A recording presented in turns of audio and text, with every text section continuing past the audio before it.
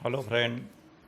Standard 11 में PE में आपका जो फर्स्ट चैप्टर चल रहा है उसमें हम लोगों ने शर्ट क्रिया के बारे में बताया था। शर्ट क्रिया का फर्स्ट टाइप जो है धोती, और धोती के 3 टाइप है। इनमें हम लोगों ने वमन धोती और वस्त्र धोती के बारे में बता दिया है।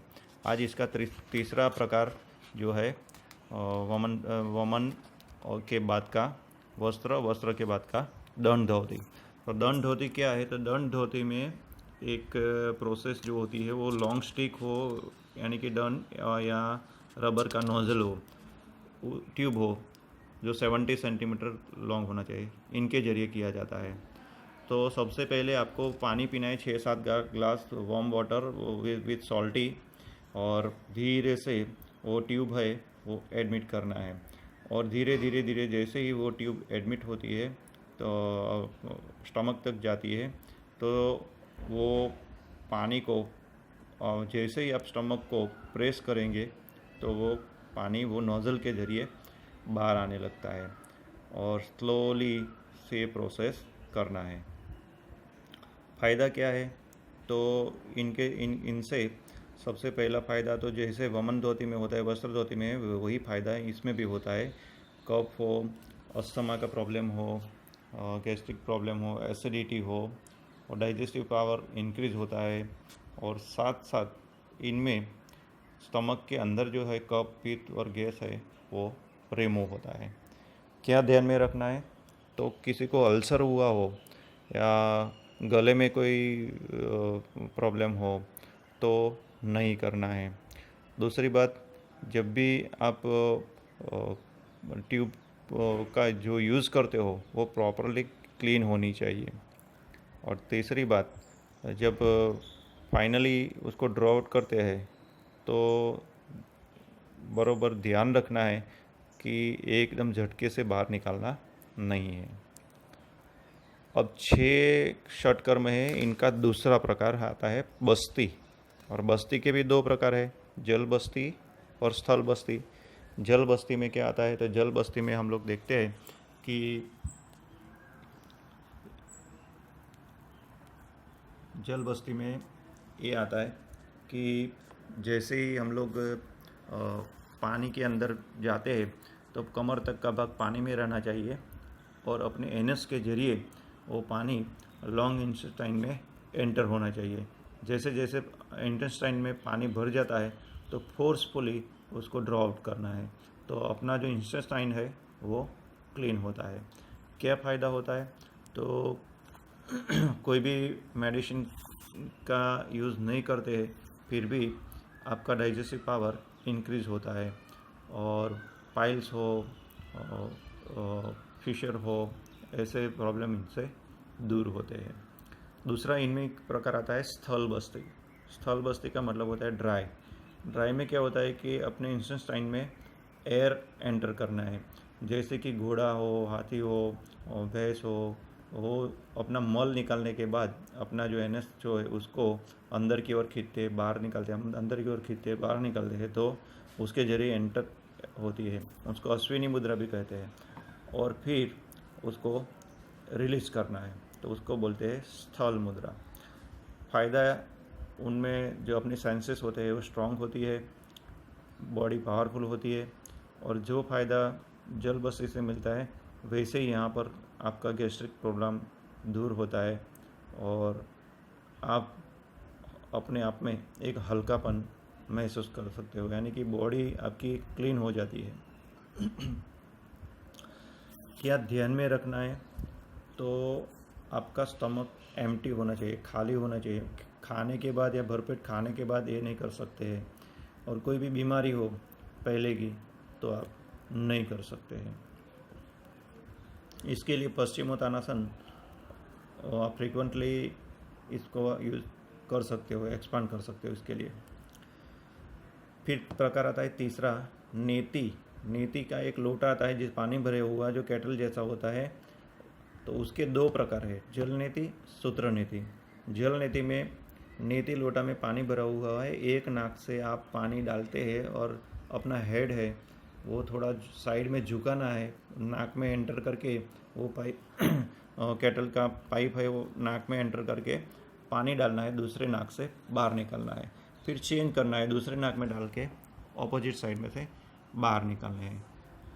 तो इसके बाद आपको कपालभाति यानी कि फोर्सफुली सांस को बाहर झटके से निकालना है। तो कम से कम 1 मिनट तक ये प्रोसेस करनी है। क्या फ़ायदा है?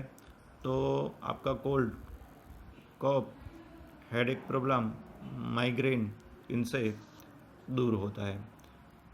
साथ साथ आपके नोज़ में जो कोई पाइल्स होते हैं या आइज प्रॉब्लम हो तो इनसे रिमूव होते हैं। मेमोरी पावर भी आपका बढ़ता है। क्या ध्यान में रखना है कि आपके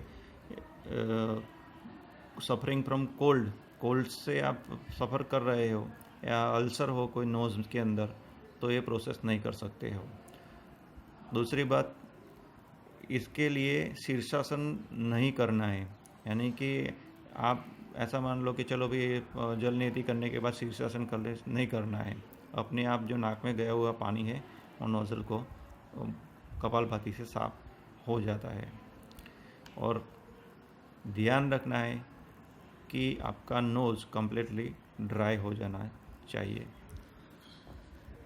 इसके बाद आता है दूसरा प्रकार इनका ही, सूत्र नीति। सूत्र का मतलब है कि एक धागा आता है, थोड़ा पतला, बहुत पतला नहीं होता है लेकिन ज़्यादा होता है, और वो नाक के अंदर से डाल के मुंह में बाहर निकालना है, तो उसको सूत्र नीति कहते हैं। तो रबिंग करना है धीरे धीरे धीरे से, और चेंज करके दूसरे होल में डाल के मुँह में से बाहर निकालना है। क्या फ़ायदा है उनको?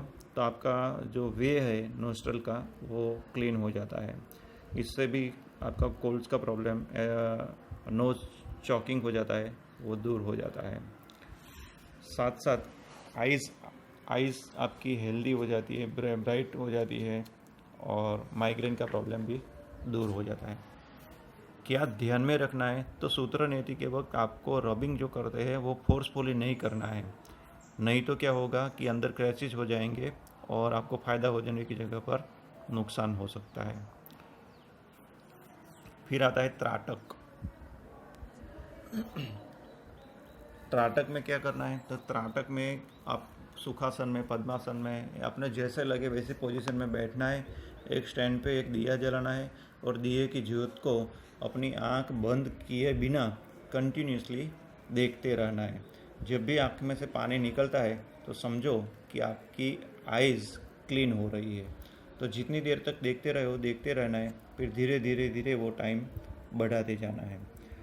फ़ायदा क्या होता है कि आपकी जो टीयर ग्लैंड्स होते हैं वो स्ट्रॉन्ग होती है, आई साइट बढ़ती है, और दूसरी बात कि कई बार क्या होता है कि हेड की प्रॉब्लम की वजह से ब्रेन में इफ़ेक्ट होती है, तो ब्रेन पावर भी आपका इंक्रीज़ होगा, कंसंट्रेशन बढ़ेगा, आपका मन चित्त जो है वो प्योर होगा, और इसकी इफ़ेक्ट अपने मेंटल पर हो जाती है। जैसे जैसे जैसे आपका मेडिटेशन पाथ जो है वो बढ़ेगा। क्या करना है इसमें कि ज़बरदस्ती स्ट्रेस का अनुभव नहीं करना है। आप जब भी करते हो तो आपका जो पीरियड है, टाइम पीरियड है, वो धीरे धीरे बढ़ाना है और प्रैक्टिस करते जाना है। लेकिन प्रैक्टिस करते वक्त आपको आनंद की अनुभूति करना है। आप किसी भी स्ट्रेस का अनुभव करोगे, ट्रबल का अनुभव पेनफुली है, तो आपको फ़ायदा नहीं पहुंचेगा। तो बिना स्ट्रेस, फ्रिक्वेंटली आनंद में रहते हुए आपको ये प्रोसेस करनी है।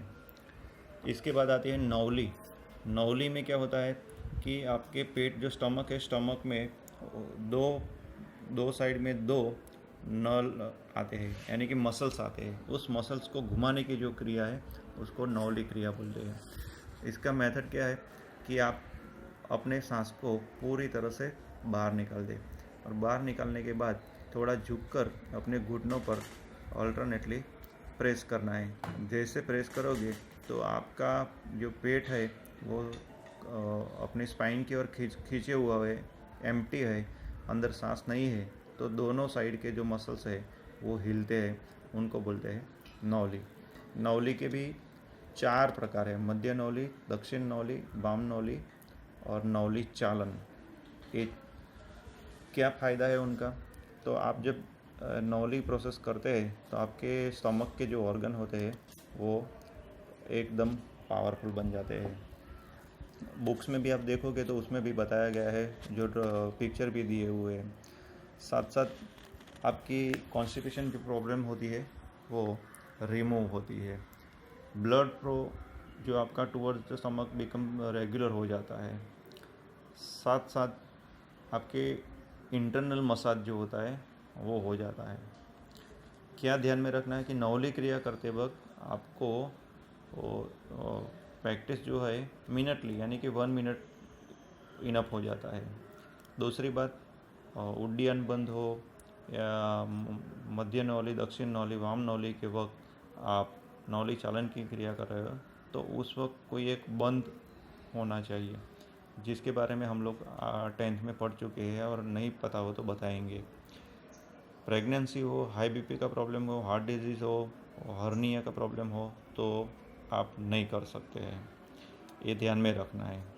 ओके। और 6 लास्ट में आता है कपालभाति। आप इंडिया टीवी पर करीब करीब 3 महीने हो गए और 3 महीने से रामदेव जी के प्रोग्राम में हर रोज़ सुबह 8 बजे और शाम को 5 बजे ये प्रोग्राम बताया जाता है।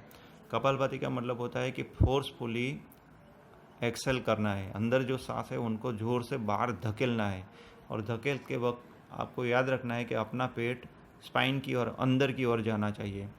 जितना फोर्सफुली आप स्पीडी करोगे उतना फ़ायदा मिलेगा। तो करीब करीब 1 मिनट में आप 60 से लेके 120 स्ट्रोक कर सकते हो। कपाल का मतलब होता है हेड और भाती का मतलब चमकाना। तो आपका हेड, अपर पार्ट, जो माथे का जो भाग है वो चमकने लग जाता है। उसमें भी आपका पेट यानी कि स्टमक खाली होना चाहिए, कंसंट्रेशन करना है, रेस्पिरेशन जो है वो प्रोसेस फास्ट करनी है। दूसरी बात कि आप अपने ब्रेथ की प्रोसेस जब करते हैं तो सांस को भरना नहीं है। जिस प्रकार प्लास्टिक की बोतल को दबाते हैं और अंदर से हवा बाहर निकल जाती है, फिर छोड़ देते हैं तो बाहर की हवा ऑटोमेटिक अंदर आ जाती है, वैसे ही यहाँ पर ऑटोमेटिक अंदर एयर आ जाएगी। आपका टाइम पीरियड भी धीरे धीरे धीरे धीरे बढ़ाते जाना है और 3 टाइम 5 टाइम करते जाना है। क्या फ़ायदा होता है कि आपके अंदर जो जहरीले पदार्थ है जैसे कार्बन डाइऑक्साइड है वो रिमूव हो जाता है। साथ साथ रेस्पिरेटरी पाथ जो है वो प्योर हो जाता है, क्लीन हो जाता है। दूसरी बात, इंटरनल मसाज भी हो जाता है। जैसे स्टमक में गैस, एसिडिटी, कॉन्स्टिपेशन का प्रॉब्लम हो तो दूर हो जाता है। दूसरी बात, डायबिटिक, लीवर, स्प्लीन, ऐसे प्रॉब्लम्स में फ़ायदा मिलता है। आपका स्ट्रक्चर ब्यूटीफुल हो जाता है। फिटनेस और थिननेस, फैटनेस और थिननेस दोनों में फ़ायदा है। दूसरी बात, आपका फेस ब्राइट हो जाता है, ब्यूटीफुल हो जाता है। लंग्स जो होते हैं उसकी क्षमता बढ़ जाती है और आपका ज्ञान चक्र, जो चक्र आते हैं, 8 चक्र आते हैं योग में, वो जागृत होने लग जाता है। कपालभाति करते वक्त आपको ये ध्यान में रखना है कि सबसे पहले कुंभक, रेचक और पूरक के बारे में जानना है। केवल कुंभक करते हैं तो आपका ये ध्यान में रखना है कि यहाँ पर सांस अंदर रोके नहीं रखना है, सिर्फ अंदर की सांस को बाहर धकेलना है। और ये पूरा प्रोसेस हो जाने के बाद थोड़ी देर तक आपको कुंभक करना है। इंटरनल कुंभक करो या बाह्य कुंभक करो। दूसरी बात, आपकी मूवमेंट जब होती है तो आपकी अपर पार्ट बॉडी को बेंड नहीं करना है या ना तो बैकवर्ड कर जाना है। तीसरी, ओनली रेचक क्रिया करनी है, यानी कि सांस को सिर्फ बाहर निकालना है, फोर्सफुली बाहर निकालना है और 60 से 120 स्ट्रोक तक पहुंचना है। तो ये 6 प्रकार की क्रिया चैप्टर नंबर 1 में पूरी हुई। यहाँ पर हम लोग का फर्स्ट चैप्टर पूरा होता है। याद रहे आपको नोटबुक बनाना है। नोटबुक में ये आपके जो एमसीक्यूज है वो लिखना है। तो एमसीक्यूज का एक चैप्टर मैं अलग से आपको बता दूंगा कि जिसमें चैप्टर पूरा तो हो गया है लेकिन इसका आंसर मैं आप लोगों को बता दूंगा। थैंक यू, धन्यवाद।